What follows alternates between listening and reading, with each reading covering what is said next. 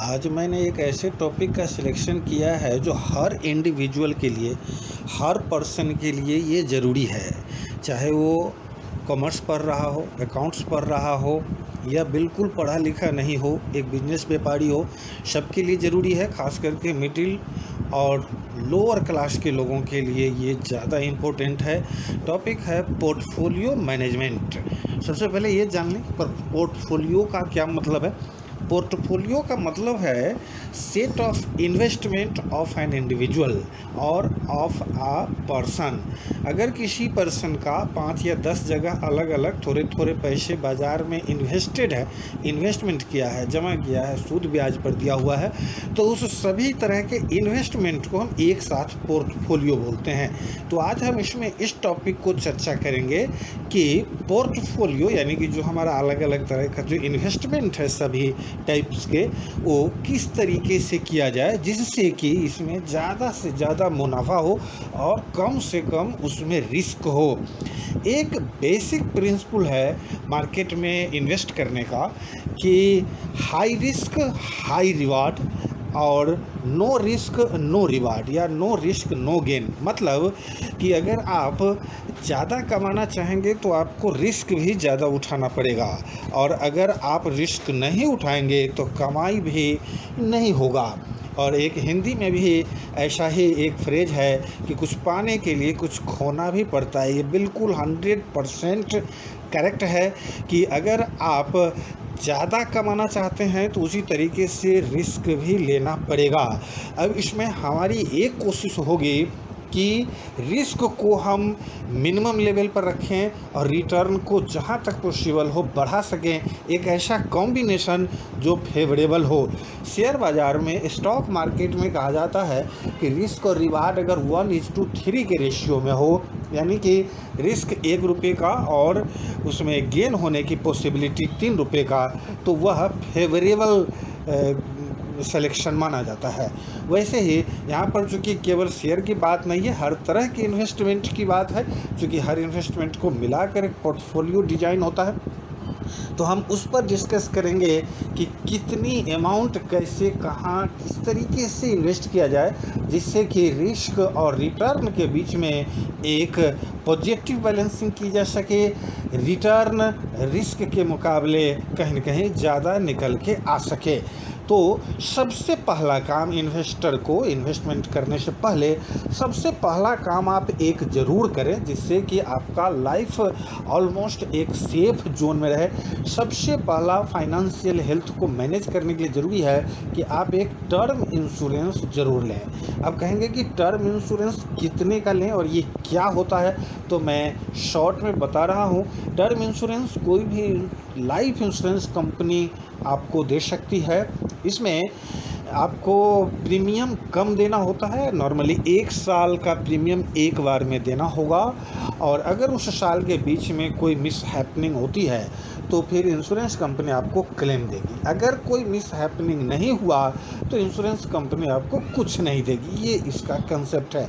इसमें आप जो आपका मंथली हाउस होल्ड एक्सपेंस है, जो घरेलू खर्चे हैं महीने का, अगर खुदा न खास्ते आपकी के साथ कोई मिस हैपनिंग हो जाए तो आपके पास इतना अमाउंट ज़रूर हो कि आपके फैमिली का जो रूटीन एक्सपेंस है, जो डे टू डे एक्सपेंस है, वो इंश्योरेंस के थ्रू आपको मिले। और इसके लिए 150 से 200 गुना अपने मंथली इनकम का आप टर्म इंश्योरेंस कराएं।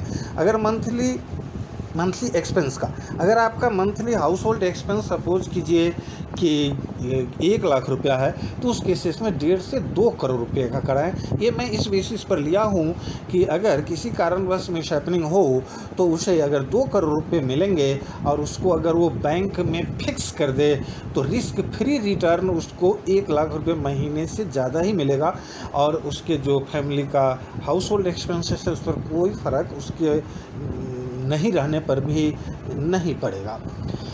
दूसरा, एक फैमिली फ्लोटर हेल्थ इंश्योरेंस ले लें। हेल्थ इंश्योरेंस ऐसा जो आपके पूरे फैमिली को एक प्रॉपर तरीके से कवर कर सके। नॉर्मली इसका जो अमाउंट होना चाहिए, इस पर थोड़ा मुश्किल है कहना कि कितनी अमाउंट का हेल्थ इंश्योरेंस लें। मेरे समझ से सबसे बेहतर होगा कि जो आपकी मंथली इनकम है उससे 18 से 24 गुना यानी 1.5 से 2 साल के बीच की इनकम के बराबर अगर ये हो तो नॉर्मली आपके फैमिली के हेल्थ रिक्वायरमेंट को ये पूरा करने के लिए सफिशिएंट होगा। अगर इससे ज़्यादा की हेल्थ इंश्योरेंस की रिक्वायरमेंट आपको नज़र आ रहा है तो आप ले सकते हैं, लेकिन ये एग्जैक्ट अमाउंट इसमें खासकर कहना मुश्किल है। कई बार ऐसा भी हो सकता है कि किसी को किसी हेल्थ को मैनेज करने के लिए 50 लाख रुपए की क्लेम बने, लेकिन उतना तो प्रिडिक्ट करना मुश्किल है और बहुत ज़्यादा बड़ा अमाउंट लेंगे तो आपको प्रीमियम भी उसी हिसाब से देना पड़ेगा। तो एक आप अपने इनकम के हिसाब से जो लोग लेवल तय करता है फाइनेंशियल स्टेटस, उसके अकॉर्डिंगली मुझे लग रहा है कि 1.5 से 2 साल के इनकम के बराबर का अगर हेल्थ इंश्योरेंस हो तो ये सफिशिएंट कहना चाहिए। फैमिली फ्लोटर हो यानी परिवार के हर सदस्य उसमें कवर्ड हो, ये भी कोशिश करें। तो ये 2 चीज़ इन्वेस्टमेंट से पहले। इसमें आपको रिटर्न कुछ नहीं मिलेगा, केवल क्लेम मिलेगा। भगवान न करे आपके साथ कोई मिस हैपनिंग हो, लेकिन अगर ऐसा होता है तो आप इस दोनों केस में फाइनेंशियली एक फ्रीडम फील करेंगे। अब चलते हैं इस दोनों के बाद अगर हमारे पास सरप्लस अमाउंट है तो उससे हम अब ले चलते हैं इन्वेस्टमेंट करेंगे। इन्वेस्टमेंट करने के लिए ऐसा नहीं कि पूरा पैसा एक जगह हम लगाएंगे, इसको मैंने 4 डिवीज़न किया है, 4 पार्ट्स में रखा है।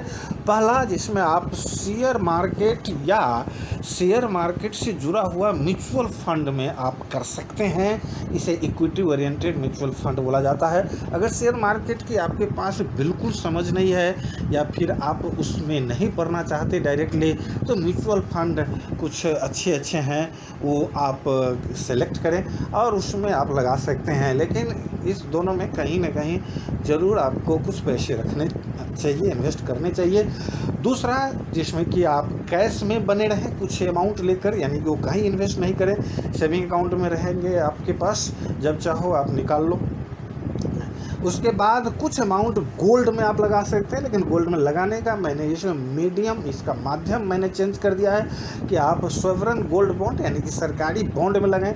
इसमें कुछ इंटरेस्ट भी मिलेगा आपको और साथ ही साथ गोल्ड की जो वैल्यू बढ़ेगी उसका भी बेनिफिट होगा।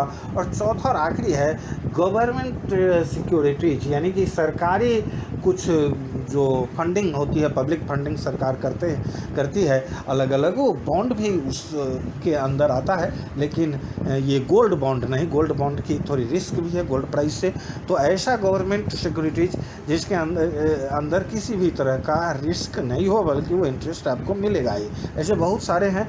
RBI ने कई सारा ऐसा बॉन्ड इशू किया है, गवर्नमेंट के भी है, डिफेंस के, रेलवे के और कई PSU बॉन्ड्स वगैरह भी हैं मार्केट में।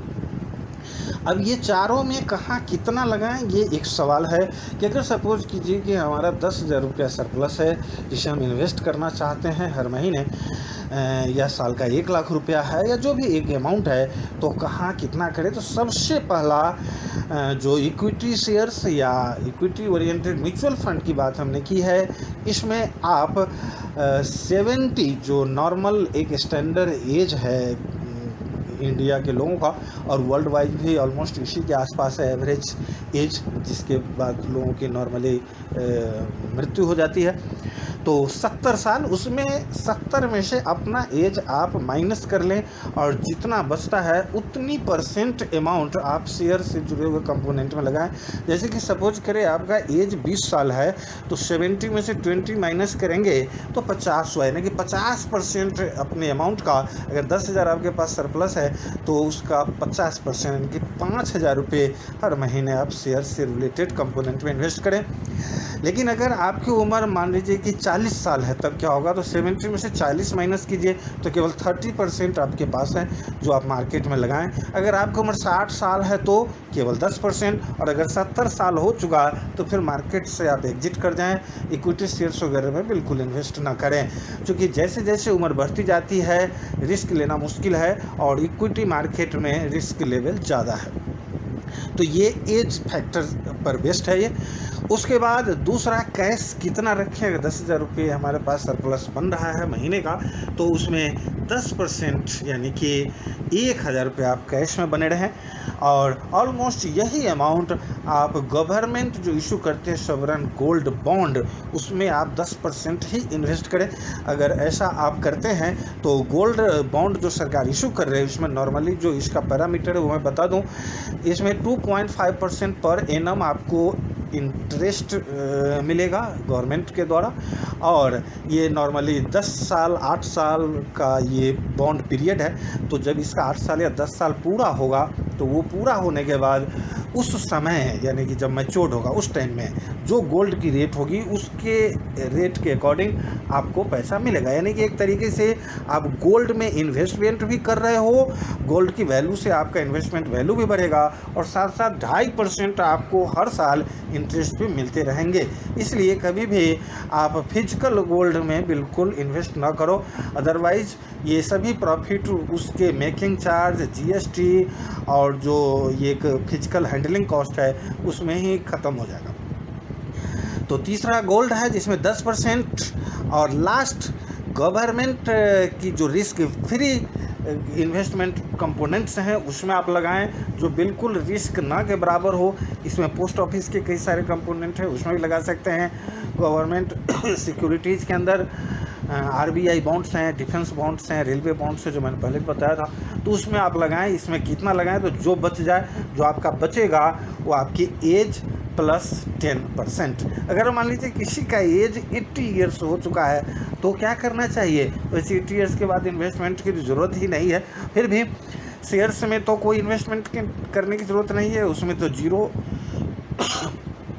कैश में 10% रहें, गोल्ड में 10% बिल्कुल कर सकते हैं, और जो बाकी आपका बचा 80% उसको आप पूरा का पूरा गवर्नमेंट वाले कंपोनेंट्स में रखें जहाँ पर रिस्क नहीं के बराबर है। इस तरीके से अगर आप कंबाइंड करेंगे, इस तरीके की कॉम्बिनेशन बनाएंगे तो आपके फ्यूचर के लिए भी अच्छा रहेगा, और एक अच्छा सा फंड क्रिएट हो सकता है। 10 साल 20 साल 25 साल तक थोड़ा अमाउंट भी इन्वेस्टमेंट करने के बाद, ऐसा ज़रूरी बिल्कुल नहीं है कि आपके पास सरप्लस 10,000 20,000 50,000 हो।